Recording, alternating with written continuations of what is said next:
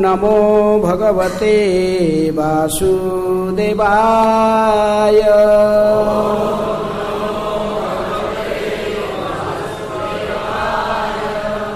ओम नमः भगवते वासुदेवाय।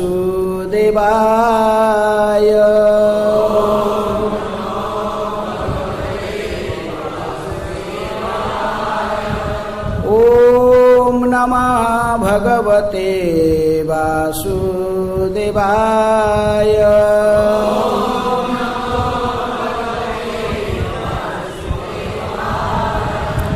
नारायणं नमस्कृत्य नरं चैव नरोत्तमं देवीं सरस्वतीं व्यासं ततो जयमुदीरये। नष्टप्रायेषु अभद्रेषु नित्यं भागवत सेवया भगवते उत्तम श्लोके भक्तिर्भवति नैष्ठिकी। श्रीमद् भागवतम से पाठ पंचम स्कंध अध्याय 12 महाराज रघुगुण तथा जड़ भरत की वार्ता। इस अध्याय के आज 8 नंबर श्लोक है। यदा हितौ एव चरचरस्य विदाम निष्ठां प्रभवं च नित्यं तत् नामतः अन्यत् व्यवहारमूलं निरूप्यतां तत्क्रियया अनुमेयम्। यदा खितावेव चराचरस्य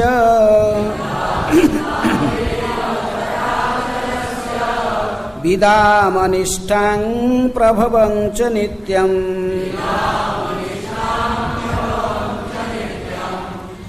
तत्रामतन्यद् व्यवहारमूलं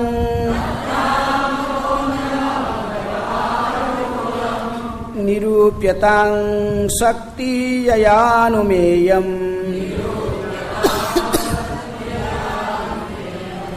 यदा खितावेव चराचरस्य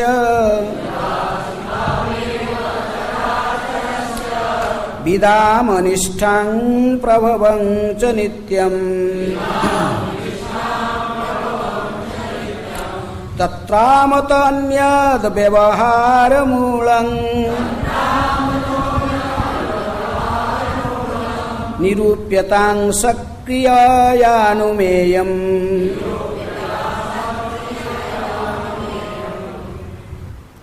शब्दार्थ। यदा अतः खितौ पृथ्वी पर एवं निश्चय ही चरचरस्य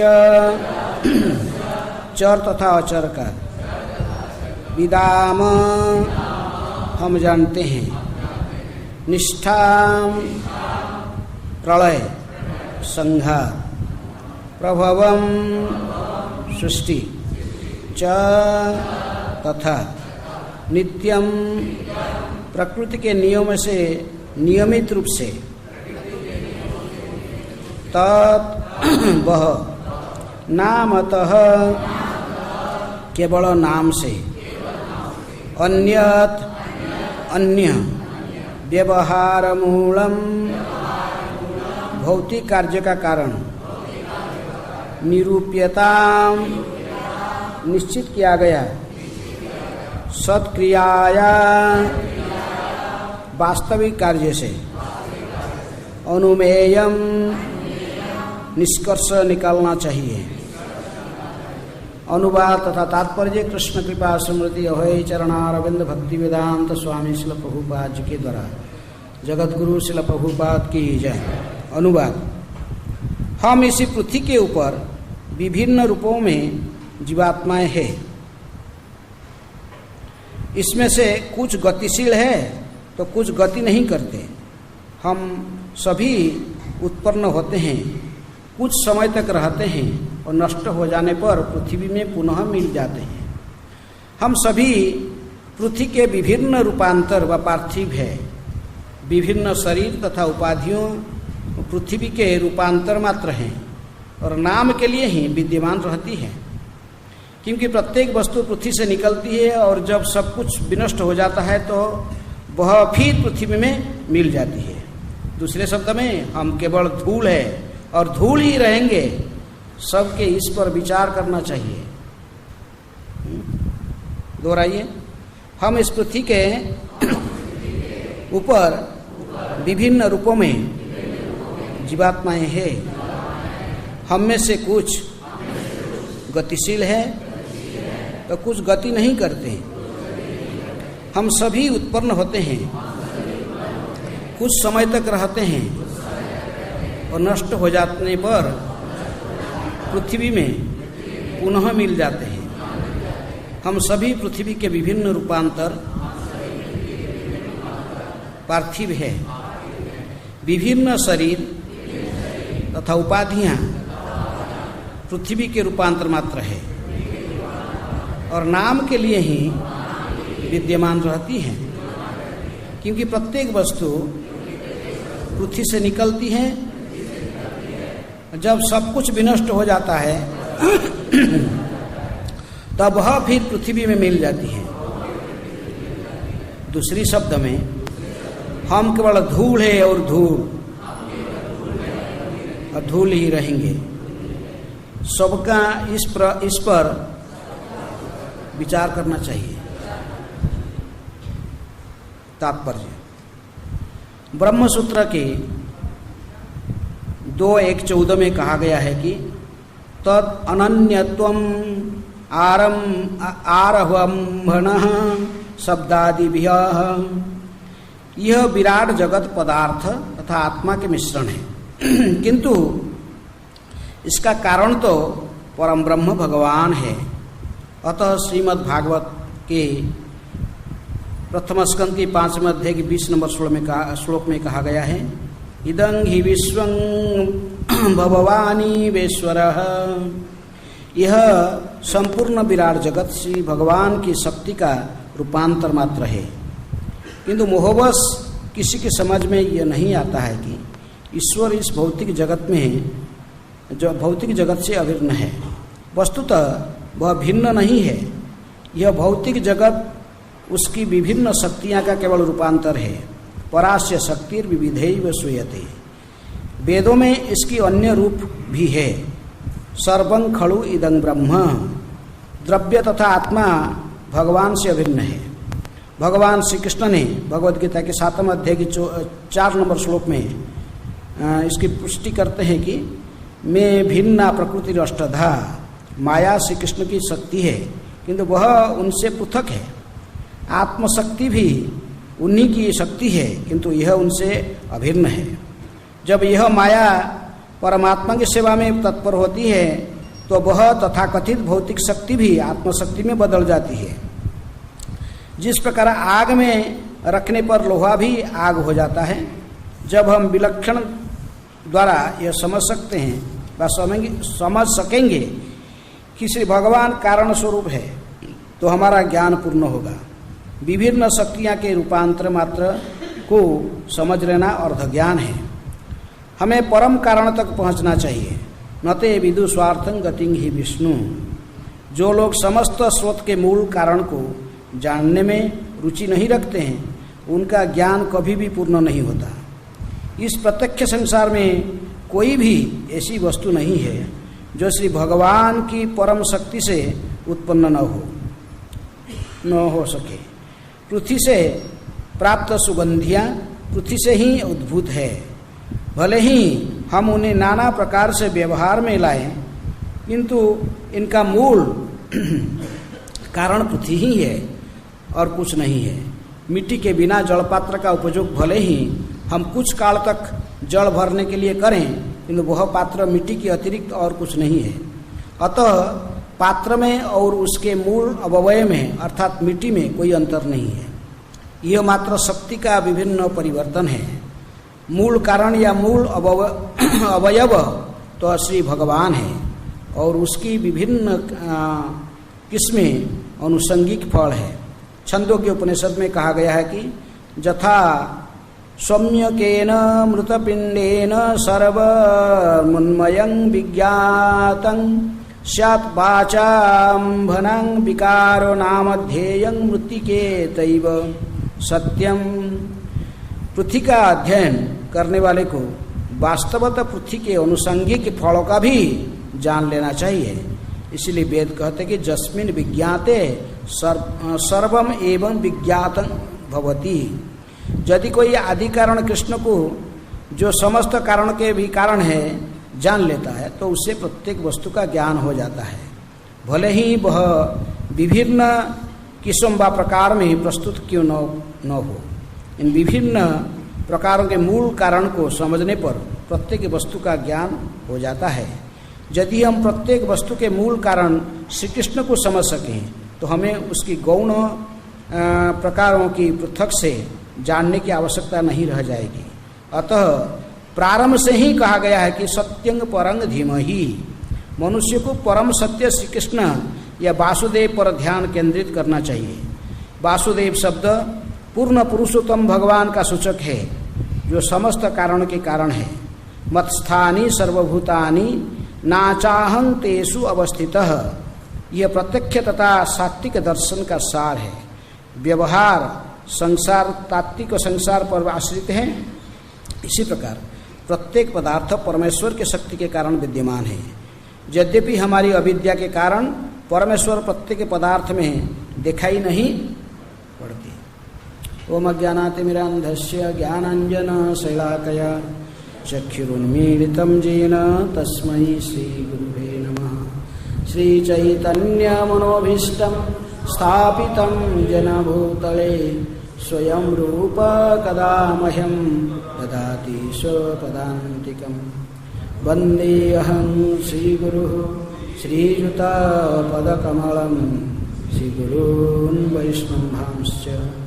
श्रीरूपं साग्रजातं सहगण रघुनाथानितं तं सजीवं साद्वैतं सावधूतं परिजनसहितं कृष्ण चैतन्यदेवं श्रीराधाकृष्णपदान् सहगणललिता श्रीविशाखानितांश्च।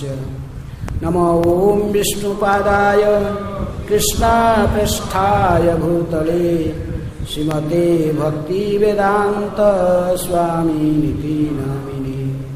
नमस्ते सरस्वते देवे गौरवाणी प्रचारिणे निर्विशेष शून्यवादी पाश्चात्य देशतारिणे। नमः महावदन्याय कृष्ण प्रेम प्रदायते कृष्णाय कृष्ण चैतन्य नामिने गौरतिसे नमः। हे कृष्ण करुणा सिंधु दीनबंधु जगत्पते गोपेश गोपिका कांत राधाकांत नमस्तुते। तप्त कांचन गौरांगी राधे वृंदावनेश्वरी वृषभानुसुते देवी प्रणमामि हरिप्रिये।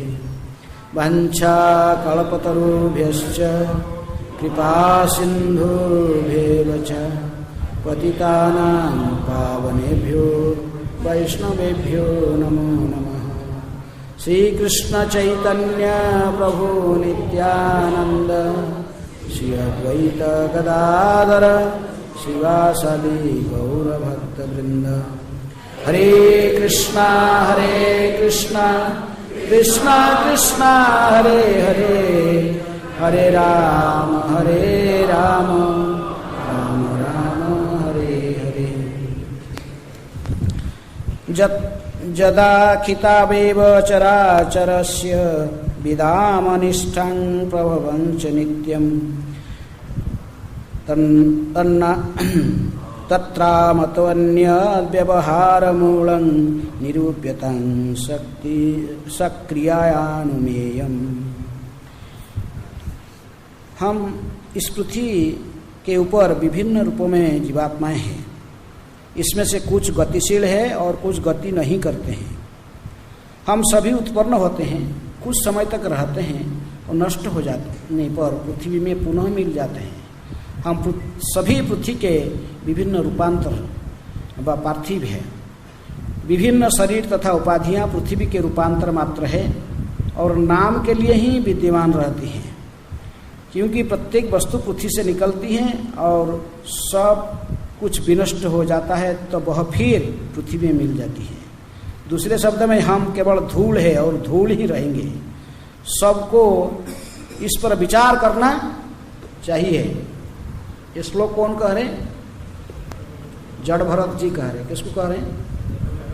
महाराज राहुगण को कह रहे। महाराज राहुगण कहाँ के राजा थे? सौवीर प्रदेश के राजा थे। और कहाँ जा रहे थे ये? कपिल मुनि के आश्रम, गंगा सागर, वहाँ जा रहे थे।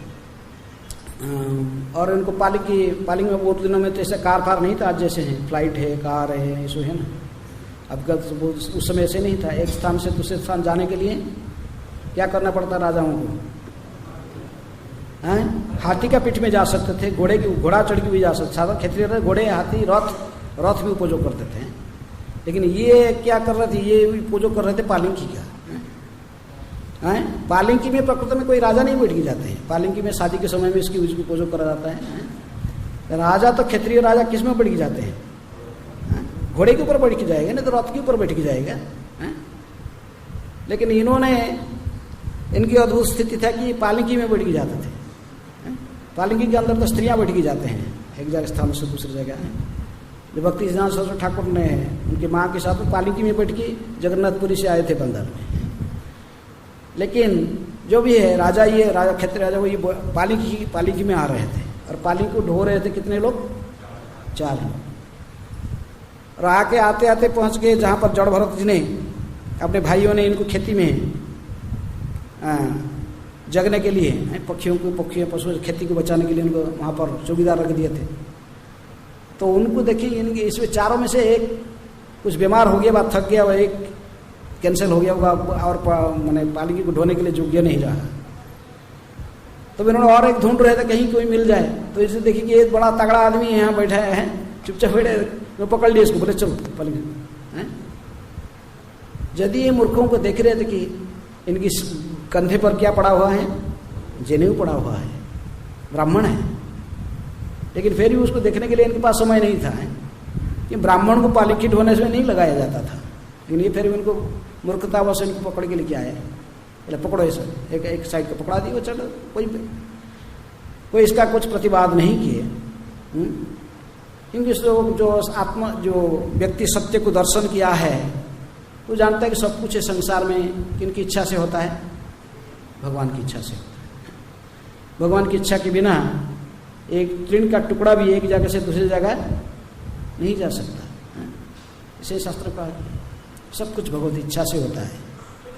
तो इसलिए सोचो ये तो बस लगा ले। लेकिन साथ साथ उन्हें चलने लगे। देखिए कि मार्ग पर सब क्या चल रहे थे? चिट्ठियाँ। लेकिन ये व्यक्ति भी, वो जो भक्ति में आगे बढ़ा चढ़ा होता, किसी भी चिट्ठी तक भी किसको कष्ट लेना नहीं चाहता। जहाँ पहले भी सुने हैं कि किस प्रकार मुर्गारी जब भक्त बन गया था, मुर्गारी जो था पहले क्या करता था? स्कंद पुराण में इसका वर्णन आता है, जो चेतन चेतन किसकी उदाहरण दी गई है। तो मुर्गारी था तो वो अधा मरा पशुओं को सब अधा मार के सो छोड़ देता था। तो तड़पते थे कष्ट में, इसको बड़ा आनंद आता था मुर्गारी में। लेकिन नारद मुनि को ये सहन नहीं हुआ था। उन्होंने आके इनको समझाया, बोले तू ऐसे ठीक है, तुम शिकारी है, कुछ मारना चाहते तो जान से ही मार दो। उनको अधा मरा ऐसे तड़पते हुए देख के क्यों छोड़ते हो? नहीं, तड़पते हुए मुझे आनंद आता है। लेकिन फिर नारद मुनि इसको समझा कर अपने प्रभाव से इसको भक्त बना दिए। नारद मुनि यदि किसको प्रयास किया भक्त बनने के लिए, भक्त बन ही जाएगा। किसके सामने न किसी महान भक्त की यदि उपस्थिति होता है उसके निश्चित रूप में उद्धार हो जाएगा, इसमें कोई शंका नहीं होना चाहिए। यदि कोई उत्तम वैष्णव किसी की उद्धार करने की इच्छा प्रकट कर लिया है तो उद्धार हो जाता है। जैसे ही नित्यानंद प्रभु जगह माधव की सामने आए तो तब से महाप्रभु बोले कि गए वो उद्धार हो गए, क्योंकि नित्यानंद की इच्छा है इनको उद्धार करना, उद्धार हो जाएंगे। कोई उत्तम भक्त किसी भी कारण, चाहे वो उसको सम्मान करें या उसको अपमान भी करें, उसको कैसे भी करो, लेकिन उत्तम भक्त उसको उद्धार करना चाहता तो उद्धार हो जाएगा। इसमें कोई शंका नहीं है। इसलिए मुरारी को उद्धार करने की इच्छा लेकर आए थे नारद जी ने, देखिए इसको उद्धार कैसे हो। तो इसलिए उनके प्रभाव से अंत में थोड़ा आगमन हो, अंत में भक्त बन गया। भक्त बन गया तो फिर वो, लेकिन दोबारा जब उन्होंने कुछ दिन के बाद अपने मित्र पर्वत मुनि के साथ वो आ रहे थे, तो जो व्यक्ति पहले तड़पते हुए पशुओं को देखकर इतने आनंद है, वो खुशी में रहता था, अभी जो भक्त बन गया अपने गुरु जी को दूर से आते हुए देखते हुए उनको साष्टांग प्रणाम करना चाहता था, लेकिन प्रणाम न करते देखते कि बहुत चिट्ठी चल रही थी अपने क्या उत्तरी में उनको सब भागा रहा था, पक्षियों नहीं सॉरी चिट्ठियों को सब साइड कर करके प्रणाम करता था, जिससे उसके शरीर की दबाव में कोई चिट्ठी का प्राण न चल, चिट्ठी मर न जाए। तो ये साधु का लक्षण है। इसलिए जड़ भरत ने देखते बड़े सावधानी से देखते थे, उनके पैर कहीं यदि चिट्ठी के ऊपर न पड़ जाए, चलते थे। अभी इसलिए तो पहले तीनों तो चलते थे, वो तो डैम क्या चलते, उनको थोड़ी देखना कि चिट्ठी चल रहा क्या है, तो लेकिन ये देख के चलते थे तो ये पीछे रह जाते थे, कभी आगे चलते थे, कभी पीछे खड़े हो जाते थे, डिस्टर्ब होता था राजा। तो राजा ने कहा कि क्या चल रहा है, तो और तीनों आदमी जो थे सब मिलकर कहा कि ये जो नया आया पालेंगे ढोने वाला जिसका मलाए, ये सारे बदमाशी कर रहा है, ये कभी खड़ा हो जाता, कभी आगे चला, कभी ये पीछे आता, ये इसलिए पालेंगे हिलता डुलता रहता है। इसलिए राजा ने धमकी दिया किसको,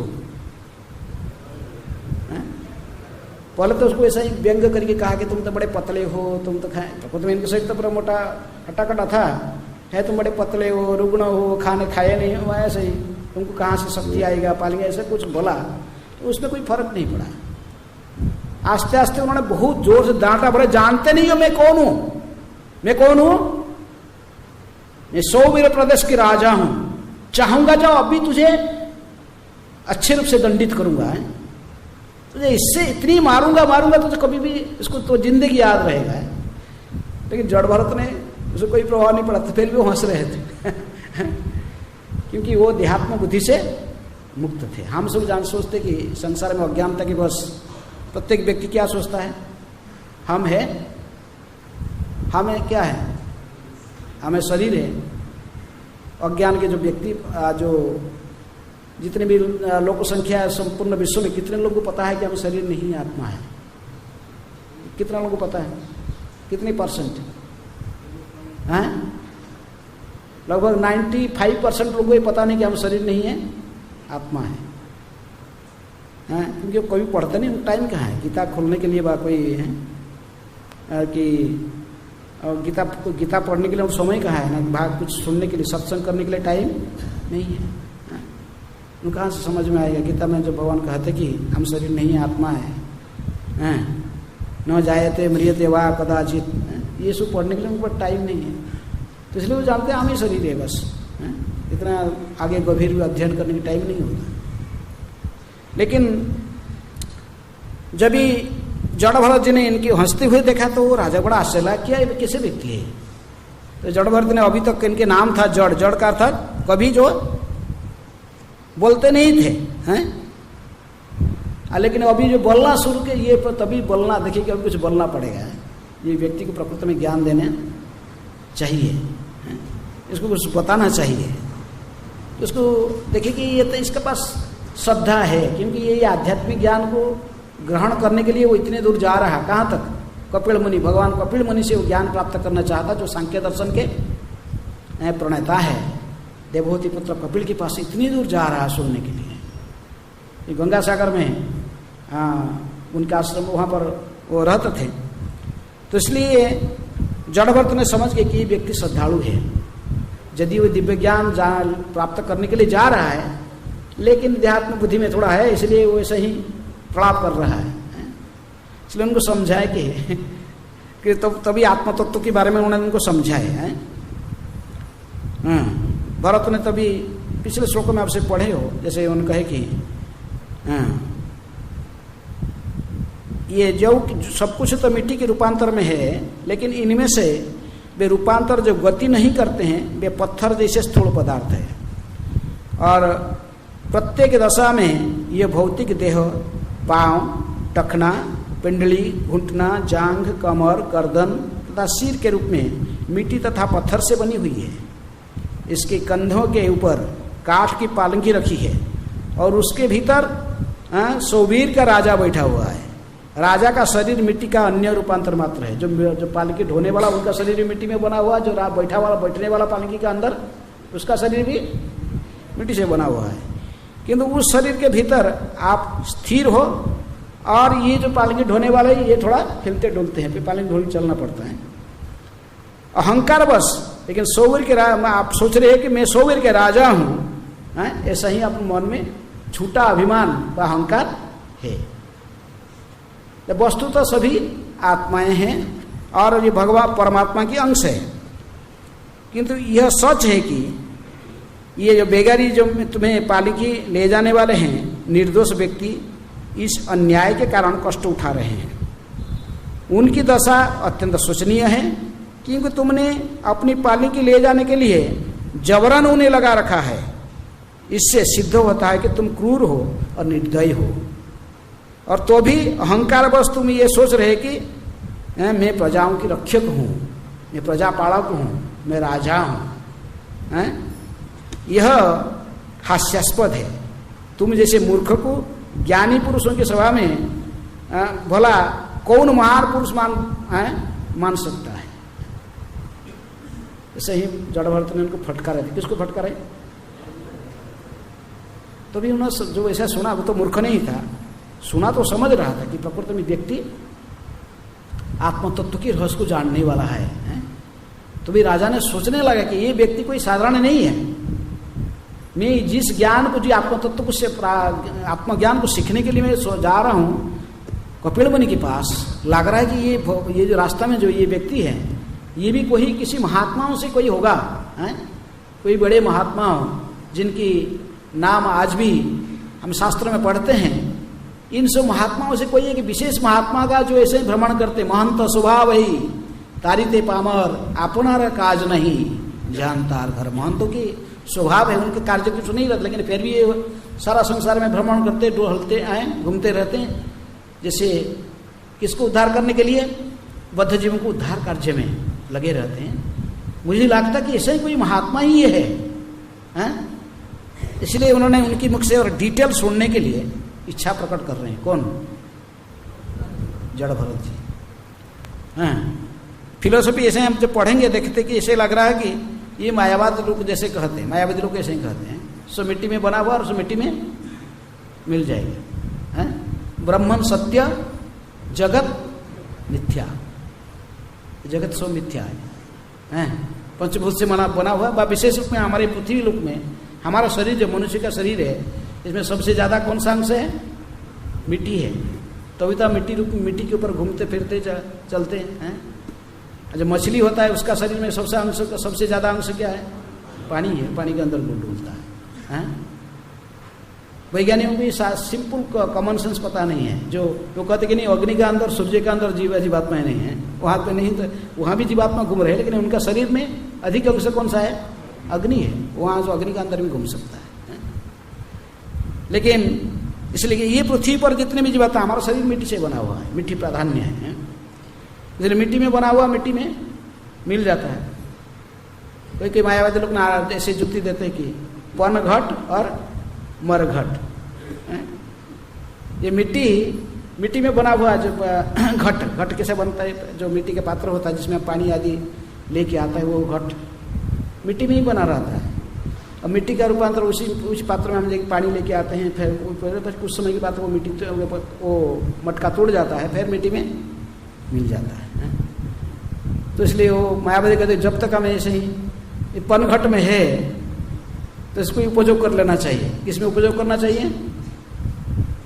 अहम ब्रह्मस्मि, इसी का पर है। और जब मरघट हो जाएगा तो मिट्टी में फिर मिल जाएगा, फिर और कुछ नहीं है। कई प्रकार के लोग अपने मतामत को व्यक्त करते हैं। एक तो चारवाक मुनि है, वो कहता कि शरीर खत्म हो गया तो सब खत्म हो गया है। कौन देखा है क्या होने वाला? भस्मीभूतस्य देहस्य कुत पुनरागमन भवेत्, कौन देखा तो पता है। जब तक शरीर में हो, खा पी के अच्छा से शरीर को क्या बनाओ, तगड़ा बनाओ है। घी पियो, तुम्हारे पास धन नहीं है तो चोरी कर लो, चोरी कर लो, लूट लो, कैसा भी हो घी पियो, शरीर को तगड़ा बनाओ। और जितने संभव इंद्रिय तृप्ति शरीर में कर लो। शरीर तो मिट्टी से आया, मिट्टी में मिल जाएगा, मिल जाने के बाद क्यों देखा है क्या होने वाला है? फिलोसफी सही है, हैं? तो आजकल जो स्कूल कॉलेज यूनिवर्सिटी का शिक्षा क्या है, यही है, हैं? कोई जरूरत नहीं है तो पढ़ाई करो, पढ़ाई मैंने जो डिग्री लो, धन कमाओ और इंद्रिय तृप्ति करो। कौन जानता है कि आप आध्यात्मिक से सेक्युलर स्टेट, ये सब जो चिंतन करने की जरूरत नहीं है। आत्मा पात्मा ये सब क्या है, ये सब कोई जरूरत नहीं है। खा पी के आराम से मौजा मजलिस करो, इंद्रिय तृप्ति करो। कौन देखा है क्या होने वाला है? शरीर तो एक दिन मिट्टी में आया, मिट्टी में मिल जाएगा, फिर उसके बारे में क्या सोच रहा हूँ, हैं? क्योंकि हम ऐसा ही सोचते, ऐसा ही फिलोसफी को हैं शून्यवाद, व शून्यवादी लोग कहीं का सो शून्यवाद सब मिल गया। लेकिन जड़ भरत को ये रावण को इसलिए समझा रहे कि देखो, आप तो राजा बैठे हुए हो पालिंकी के भीतर, और आप शांत स्थिर होकर बैठे हो, और कुछ लोग हिलते डुलते हैं, जो पालिंकी को ढोकर चलते हैं आपके साथ, ये हिलते डुलते हैं। ये पृथ्वी ऊपर विभिन्न प्रकार की जीवात्माएं भटक रहे हैं। कुछ गतिशील है और कुछ गति नहीं करते हैं। पालिंगी में आप बैठे हो, आप गति नहीं कर, आप चुपचाप बैठे हो, और कुछ गतिशील आप पालिंगी ढोकर चलते हैं। लेकिन ये सभी उत्पन्न होते हैं, लेकिन आपका शरीर तथा ये पालिंगी ढोने वाला जो व्यक्तियों के शरीर सभी किससे निकला, किसमें बना हुआ है? मिट्टी से बना हुआ है। कुछ समय तक ये रहते हैं और नष्ट हो जाते हैं, पर पृथ्वी में पुनः मिल जाते हैं। बाद में ये सब पृथ्वी में मिल जाएगा। तो इसलिए हम सभी पृथ्वी के विभिन्न रूपांतर पार्थिव हैं। विभिन्न शरीर तथा उपाधियां, जितने भी शरीर है, हमारे शरीर को लेकर जितनी उपाधियां हमको प्राप्त हुआ है, हाँ, जितने बड़े बड़े नाम उपाधि हमको मिला है, ये सभी अंत में ये शरीर के साथ पृथ्वी में ही मिल जाएगा। जहाँ से निकला वहीं विनष्ट हो जाता है। तो वह फिर पृथ्वी में मिल जाती है। दूसरे शब्द में हम केवल धूल ही धूल है, धूल रहेंगे। सबको इस पर विचार करना चाहिए, हैं? अपने अहंकार को नष्ट करने के लिए इस शरीर को माध्यम बनाकर हम जितने प्रकार के अहंकार को, जितने प्रकार की उपाधि व अहंकार सब हम अहंकारी बनते हैं, केवल इस शरीर की ज्ञान से ही रहने के कारण। प्रकृति हम ये शरीर का स्थिति कैसा है ना, ये तो ये मिट्टी में आया मिट्टी में मिल जाएगा, तो हम ऐसे ही है क्या? हमें मिट्टी में आया मिट्टी में मिल जाएंगे, ऐसा ही है? नहीं, आगे समझाएंगे इसको। ये केवल इसकी एला, शरीर की एला, और एक तत्व जो कि शरीर में रहता है, वो कौन है? आत्मा है। ये आत्मा ये मिट्टी से नहीं बना है, मिट्टी में बना है। ये पंचभौतिक से जो शरीर है ये बना हुआ, लेकिन ये आत्मा मिट्टी में नहीं बना हुआ है। आत्मा किसके अंश है? आत्मा परमात्मा के अंश है। ममैवांश जीवलोके जीवभूत सनातना। भगवान कहते कि आत्मा मेरा अंश है, भगवान के अंश है, वो चेतन है और ये जड़ है। आत्मा को मिट्टी नहीं बना, मिट्टी से आत्मा नहीं बन सकता। लेकिन आजकल वैज्ञानिक जैसे लोग कहते कि हैं, कोई देखा कि कहते कि लाइफ कम्स फ्रॉम मैटर, कहते कि हमारा जो जीवन शक्ति ये भी जड़ वस्तु से उत्पन्न हुआ है। ये धान की ढेरा है, धान की ढेरा के ऊपर देखे कि वैज्ञानिक लोग देखे क्या चल रहा है, बिच्छू चल रहा है। तो बिच्छू चल रहा है तो क्या कहते हैं, बिच्छू कहाँ से आया? धान से ही बिच्छू का जन्म। लेकिन जो सच्चे यानी गांव की आदमी भी बता सकता है कि धान से बिच्छू नहीं जन्मा हुआ है। पहले मादा बिच्छू ने वहां पर डिम दिया था, अंडा दिया था, उससे बिच्छू फिर बच्चा निकला है। लेकिन ऐसे मूर्ख लोग जो नहीं जानते तो वो से सोचते कि आत्मा भी जैसे ये शरीर भी मिट्टी का रूपांतर भी है, आत्मा भी ऐसा ही मिट्टी से ही जड़ से उत्पन्न हुआ, ऐसा नहीं है। प्रकृति में ये जीवात्मा भगवान के अंश है, लेकिन ये प्रत्यक्ष अंश है। तो बात तात्पर्य कहते कि जो प्रकृति भी है ये भी भगवान का ही शक्ति है। भिन्न प्रकृति अष्टधा, भगवान कहते कि ये भी भगवान की प्रवृत्ति, लेकिन भगवान की थोड़ा सा अलग है, भगवान से इनके साथ डायरेक्ट संयोग नहीं है। इसलिए कहते कि दोनों ही भगवान की शक्ति, चाहे ये जड़ वस्तु बहिरंग शक्ति ये भगवान का ही शक्ति है, लेकिन ये जीवात्मा भी भगवान की शक्ति है, भगवान के अंश है होने के कारण, लेकिन ये थोड़ा इससे क्या उच्च शक्ति, वो निम्न शक्ति है। कौन सा? बहिरंग शक्ति। बा जड़ जगत जिस पांचभौतिक से ये पूरा संपूर्ण व्याप्त है, इसकी अधिष्ठात्री देवी या मानते हैं दुर्गा को सृष्टि स्थिति प्रलय साधन शक्ति रेखा है। ये बहिरंग शक्ति से और एक उन्नत शक्ति है। वो शक्ति है कौन सा? आत्मा। जीवात्मा उससे, लेकिन ये भगवान के अंश होने के कारण ये एक्सप्लेट करना चाहता है, ये जो निम्न शक्ति भगवान के कहीं शक्ति को, लेकिन भगवान तो मायाधीश है, वो तो विशाल है, वो इसकी इसको अपने अधीन में रखकर सेवा में उपयोग कर सकते। लेकिन ये जीवात्मा जो होता है ये छोटा सूक्ष्म होते हुए भी ये प्रकृति के ऊपर मनोश्रेष्ठा इंद्रियाणी प्रकृति स्थान दर्शती है। ये मनो इंद्रियों के माध्यम से इनकी वो भी उपभोग करना चाहता है ये बहिरंग शक्ति को, इसलिए वो भिन्न भिन्न प्रकार के दुख सहन करता है, कष्ट से उठाता है, क्योंकि देहात्मा बुद्धि है, शरीर को ही आपने स्वयं मानता ही मैं शरीर हूँ, इसलिए उसको कष्ट उठाना पड़ता है।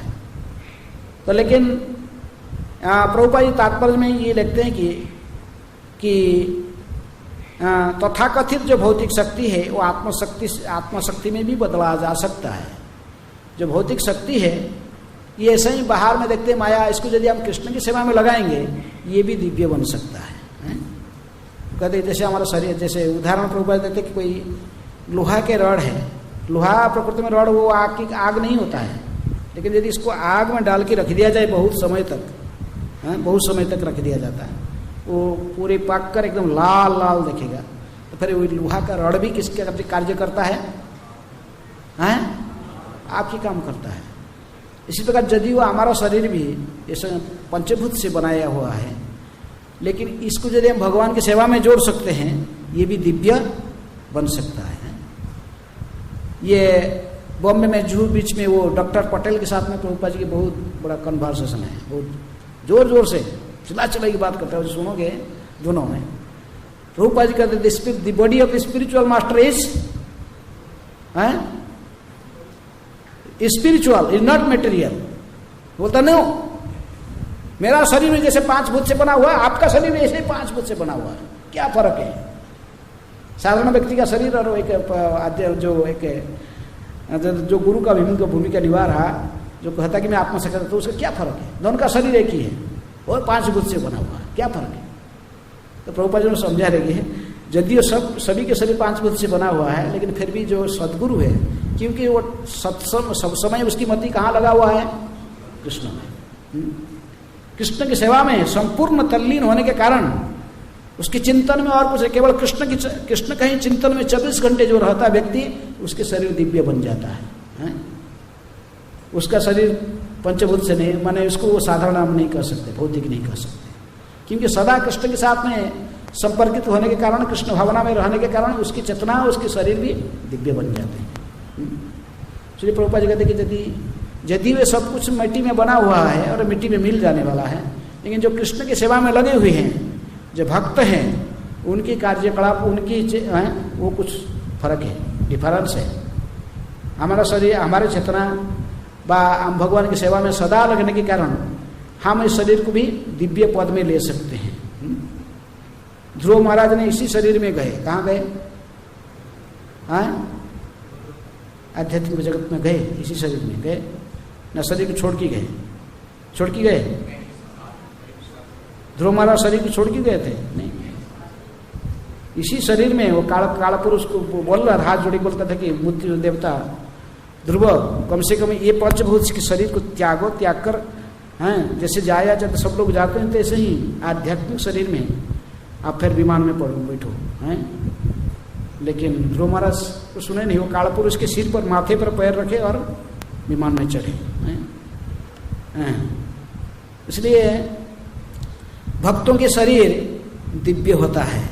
यदि कोई संपूर्ण रूप में कृष्ण भावना में 24 घंटे जिसकी मति संपूर्ण रूप में कृष्ण में तल्लीन है, उसके शरीर भी दिव्य हो सकता है। यदि ये 5 भूत से बना हुआ है, बाहर रूप से हम देखते हैं इसको विश्लेषण करके ही।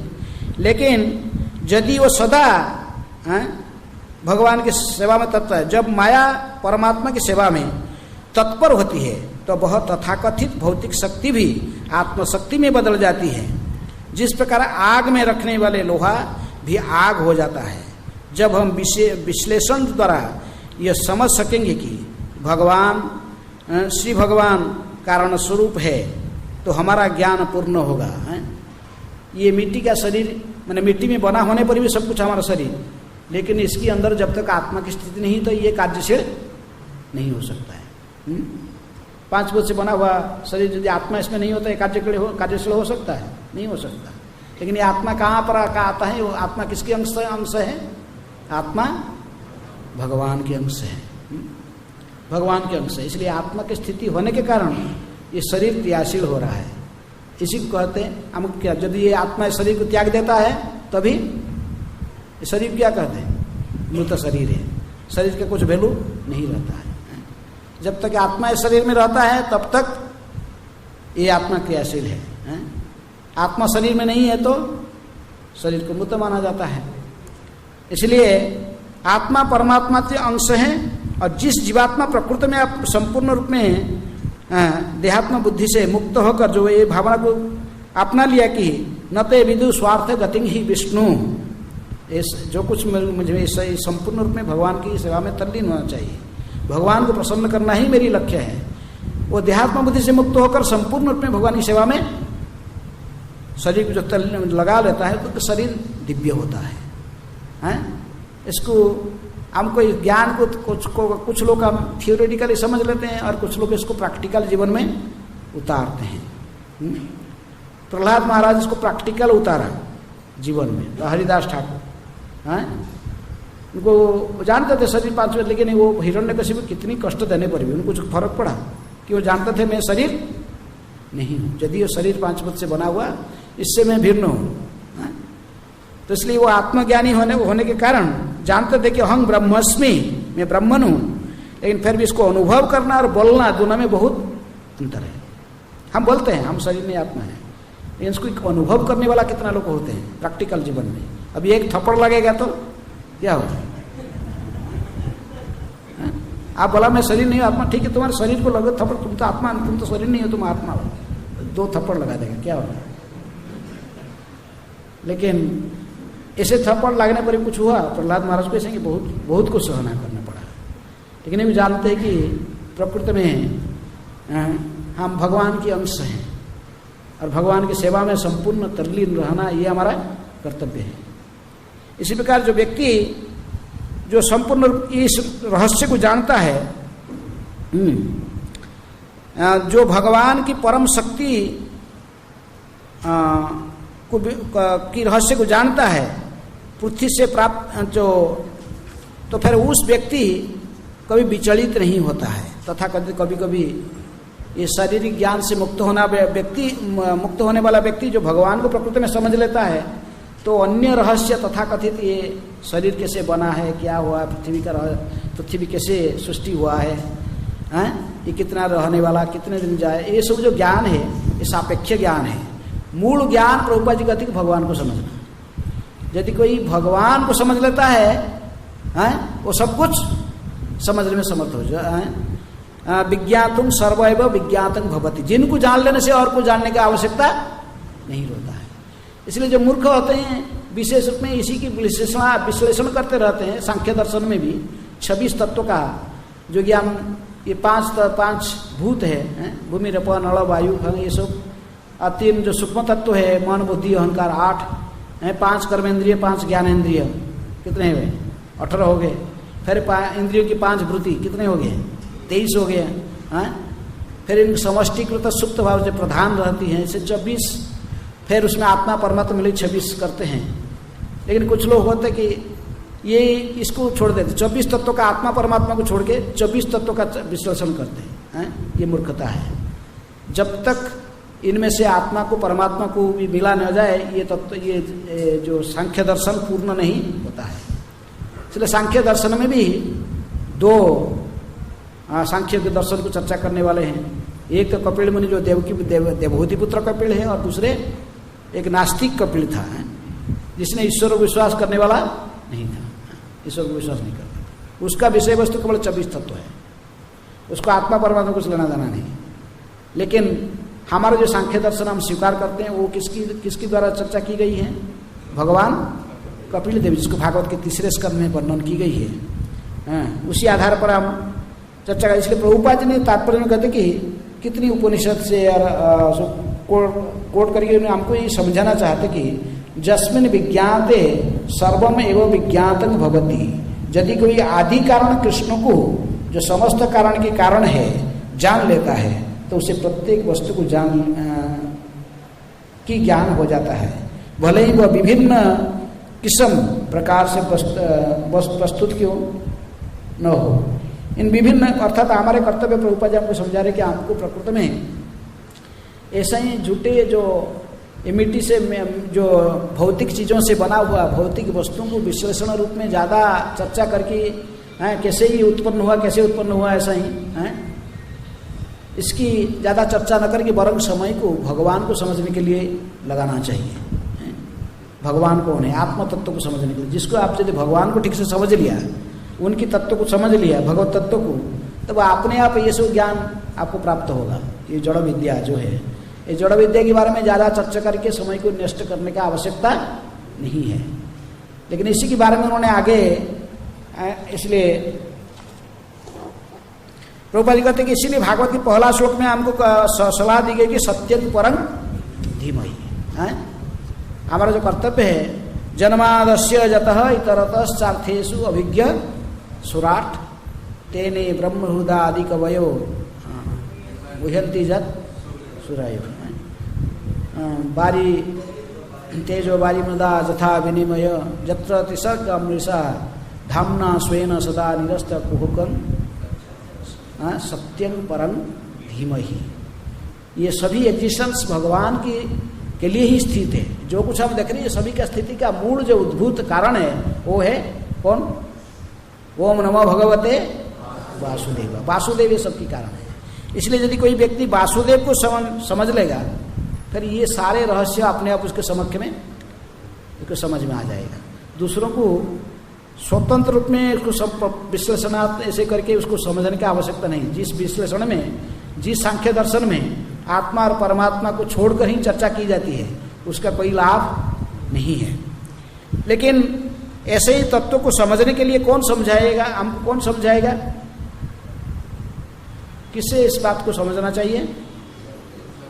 कैसे समझना चाहिए और कौन से किससे समझना चाहिए? इसलिए आगे 1-2 श्लोक के बाद फिर कहते कि है राहु गुण ही तपस्या न जाति न चेज्यया न निर्वापणाद गुहाद्या न छंदसा नैव जलाग्नि सूर्य बिना महत पद रजो भी सीखम। हे राजा राहुगुण, महापुरुषों के चरण कमल के धूलि से संपूर्ण शरीर को मलने के लिए बिना परम सत्य की प्रतीति नहीं हो सकती है। इसलिए ब्रह्मचर्य धारण करने से गृहस्थ जीवन की विधि विधान को अनुसरण विधान के अनुपालन वानप्रस्थ के रूप में गृहस्थ त्याग गृह त्याग अथवा संन्यास ग्रहण कर लेने से, या शीत ऋतु में जल में घुसकर घोर तपस्या करने से, या ग्रीष्म में अग्नि से घिर रहने कर झुलसती धूप में पड़े रहने से, जैसी कठोर तपस्या से परम सत्य को प्रतीत नहीं हो सकती है। परम सत्य को जानने की और भी अनेक साधन है, किंतु परम सत्य उससे ही प्राप्त होते हैं जिसे किसी महान भक्त का अनुग्रह प्राप्त होता है। आस्ते आस्ते इसे सत्य को बताने के लिए ही महारानी जड़भरत ने ये फील्ड प्रस्तुत कर रहे हैं। पहले से 3-4 श्लोक बोल के फिर बाद में अवश्य परम सत्य को कैसे हम अनुभव करेंगे उसके रहस्य कह रहे हैं। इसलिए प्रभुपाद जी कहते कि ये प्रत्येक सात्विक दर्शन का सार है कि व्यवहार संसार तात्विक संसार पर आश्रित है। इसी प्रकार प्रत्येक पदार्थ परमेश्वर शक्ति के कारण विद्यमान है। यद्यपि हमारी अविद्या के कारण परमेश्वर प्रत्येक पदार्थ से दिखाई नहीं पड़ता है। जो उत्तम भक्त वो देखते हैं। स्थावर जंगम देखे न देखे तार मूर्ति, सर्वत्र है तार इष्ट देव स्मृति। जो उत्तम भक्त वो सर्वत्र भगवान को दर्शन करते हैं। लेकिन हम सब समय सर्वत्र क्या देख रहे हैं? हम सर्वत्र मिट्टी को देख रहे हैं। सोचते मिट्टी में बना हुआ शरीर फिर मिट्टी में मिल जाएगा। मिट्टी में मिल गया तो सब मिल गया।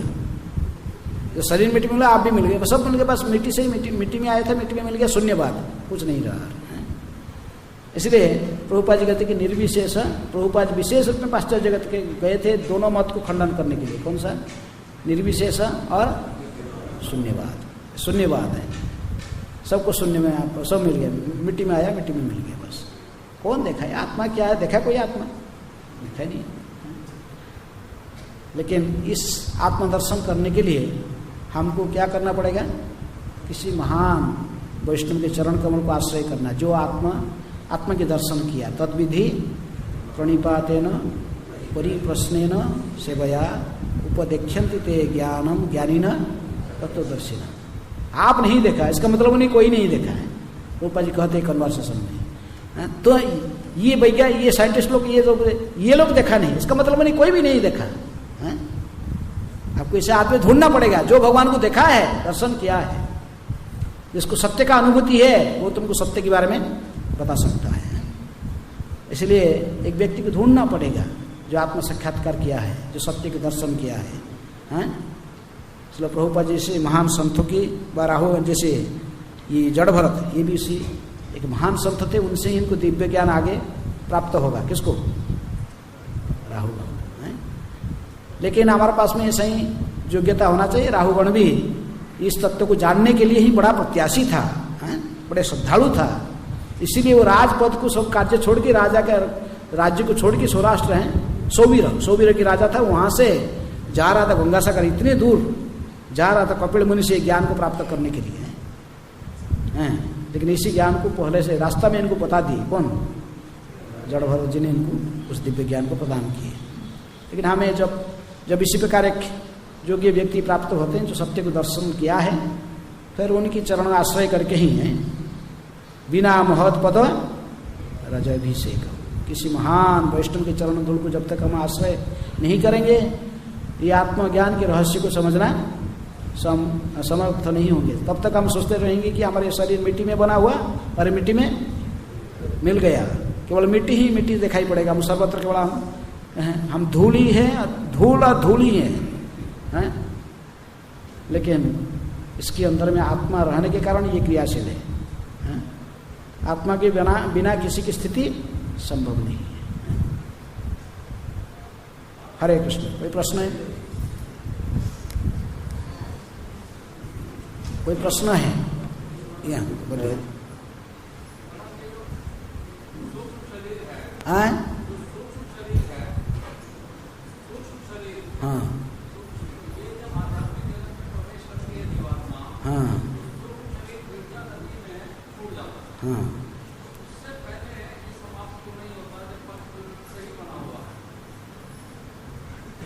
इसके पहले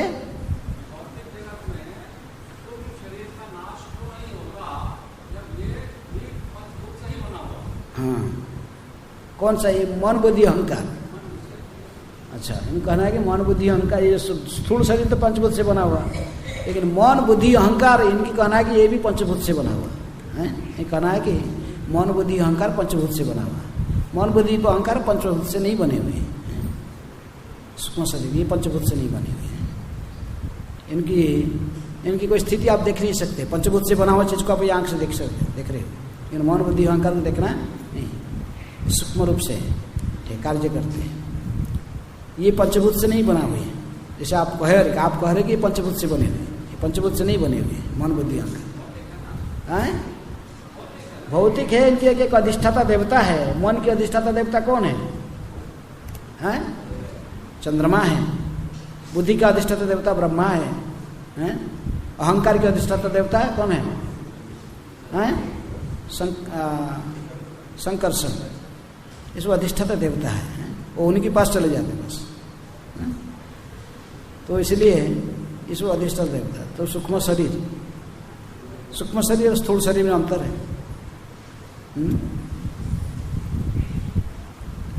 ये मिट्टी से नहीं आए, मौन बुद्धि अहंकार ये मिट्टी से नहीं उत्पन्न हुए हैं। ठीक है, और कोई प्रश्न है? अहंकारे मत्त हया निताई पद पासरिया असत्यरे सत्य करी मानी। तो ये मन बुद्धि स्थूल शरीर पहले छूटेगी जाए, पर जब तक सूक्ष्म शरीर नहीं छूटा तब तक हम बार बार ये शरीर प्राप्त करते रहेंगे। ये सूक्ष्म शरीर आपको लेकर फिर दूसरे स्थूल शरीर में डाल देते हैं। इसलिए सूक्ष्म शरीर को भी नष्ट करना पड़ेगा। आध्यात्मिक जगत में प्रवेश करने के लिए दोनों शरीर को त्यागना पड़ेगा, स्थूल शरीर को भी और सूक्ष्म शरीर को भी। दोनों छूटने के बाद फिर हमको आध्यात्मिक शरीर प्राप्त होती है। फिर भी आध्यात्मिक शरीर कोई बनावटी नहीं बनता है। तो आपका क्या स्वरूप है ये पहले से निर्णय की गई है। नित्य सिद्ध कृष्ण प्रेम साध्य कबू नय श्रवण आदि शुद्ध चित्ते करे उदय। हमारे एक सो के स्वप्न देख रहा है, क्या कर रहे हैं हम? सो के स्वप्न देख रहे हैं। महाविष्णु को स्वप्न के साथ हम भी स्वप्न देख रहे हैं। इसमें कोई सत्यता नहीं है, इसलिए कहते कि क्षणिक। लेकिन स्वप्न में जो एक्सपीरियंस होता है, मायावादी लोग पूरा झूठ कहते हैं, जगत मिथ्या कहते हैं, लेकिन हम कहते हैं मिथ्या नहीं है, क्षणस्थायी है। कोई स्वप्न में जो आप देख रहे हैं कुछ एक्सपीरियंस, इसका तो अनुभव भी हो रहा है ना हमको।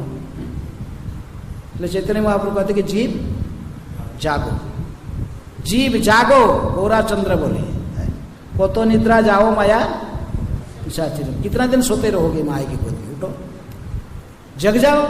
जैसे हम स्वप्न में जग जाते तो फिर दिखाई पड़ता कुछ भी नहीं है। स्वप्न में जग जाने से आपको दिखाई पड़ता है, जग जाता फिर आपको आपने फिर स्वप्न में जो जो चीज वो देख रहा था इसका कोई वास्तव स्थिति नहीं रहता है। इसी प्रकार ये हम भौतिक जगत जो कुछ देख रहे हैं स्वप्न तुल्य है, इसमें मुझे वास्तव स्थिति नहीं है। अब जो जग जाओगे फिर देखियो आप कहाँ पर हो हैं। भगवान है और आप और कोई नहीं है। लेकिन अभी कुछ अज्ञान, हम कुछ समय सोकर स्वप्न देख रहे हैं। इसीलिए वो कहानी कहते हैं ना, नारद जी को इच्छा हुआ कि माया का देखने, भगवान की शक्ति के साथ देखने की इच्छा हुई, माया कैसे कार्य करती है। इसलिए भगवान ने वो बात में बड़ा कहानी वो नहीं कहा, लेकिन बात में नारद में जो गृहस्थ बन गए, बच्चा हो गया, सब पत्नी सब बच्चे सब आ गए। और एक दिन देख रहे थे कि बारिश मैंने क्या बाढ़ आ गया, उनके गाँव में सब डूब रहे हैं। नारद मुनि भी पेड़ का ऊपर चढ़ गए, ऊपर वो बैठे हैं, उनके परिवार फैमिली से डूब रहे हैं, बच्चा पत्नियां पानी खा रहे हैं, सब हाबू डुबू खाए हैं। मिच्छे मायार वैसे जाचो वैसे खाचो हाबू डुबू भाई। आमी कृष्णदास यही विश्वास करिले तार दुख नहीं। ये देख रहे थे डूब रहे, नारद मुनि जो देखे सब डूब रहे हैं, जोर से फिर आंख बंद करके पुकारे कृष्णा। आंख खोले तो कुछ नहीं, बच्चा नहीं, पत्नी नहीं, बाढ़ नहीं, कुछ भी नहीं। भगवान खड़े हुए और कौन खड़ा हुआ? नारद मुनि। हमारी भी स्थिति यही है, सोकर खाली ड्रीम देख रहे हैं, जो देख रहे हैं पर स्वप्न तुल्य है। मायावादी तो सीधे कहते झूठ है, कुछ सब पूरा जगत मिथ्या, लेकिन हम तो झूठ नहीं है, स्वप्न तुल्य है। हम कुछ अनुभव तो क्षण स्थायी है। जो जग गया तो जीव जागो, इसलिए महाप्रभु बोले जीव जागो। ये मोय औषधि भी लेके आया तुमको जगाने के लिए, कौन सा? हरे कृष्ण मंत्र है। तो जाग जाओगे तो आप फिर देखोगे कुछ नहीं है, ये सब जो देख रहे सब जो है ऐसा ही है, स्वप्न तुल्य है, इसमें कोई सत्यता नहीं है। सत्य केवल है संसार में भगवान और उनकी भक्त है। भगवान और उनकी भक्त यही केवल सत्यता है, और सत्य दूसरा कुछ नहीं, वो सारे ऐसा ही। इसीलिए कहते कि जीव जागो, जीव जागो, कत निद्रा जाओ माया पिशाचिर कोड़े, ये सोते रहोगे, उठो। इसलिए जगाने के लिए शास्त्र है, कौन सा है? श्रीमद् भागवतम और हरे कृष्ण महामंत्र, आपको जगाने के लिए। जग जाओ, पहचानो तुम कौन हो। हाँ, पहचान जब तक नहीं पहचाना तब तो कहीं अविद्या में रहोगे हैं, अविद्या में भरे हैं। तो इसलिए हम जग जाएंगे तो हमको जगाने के लिए शास्त्र है, भागवत है, हरे कृष्ण मंत्र है। जग जाएंगे तो फिर हमको पता लगेगा, फिर हम कुछ नहीं है, ये सब देख रहे थे सब क्षणस्थायी है, इसमें कोई सत्यता नहीं है। प्रकृति में सत्य ही भगवान है और सत्य ही उनकी भक्त है, और सब अनित्य है सब। ठीक है, हरे कृष्ण। ग्रंथराज श्रीमद् भागवतम की जय।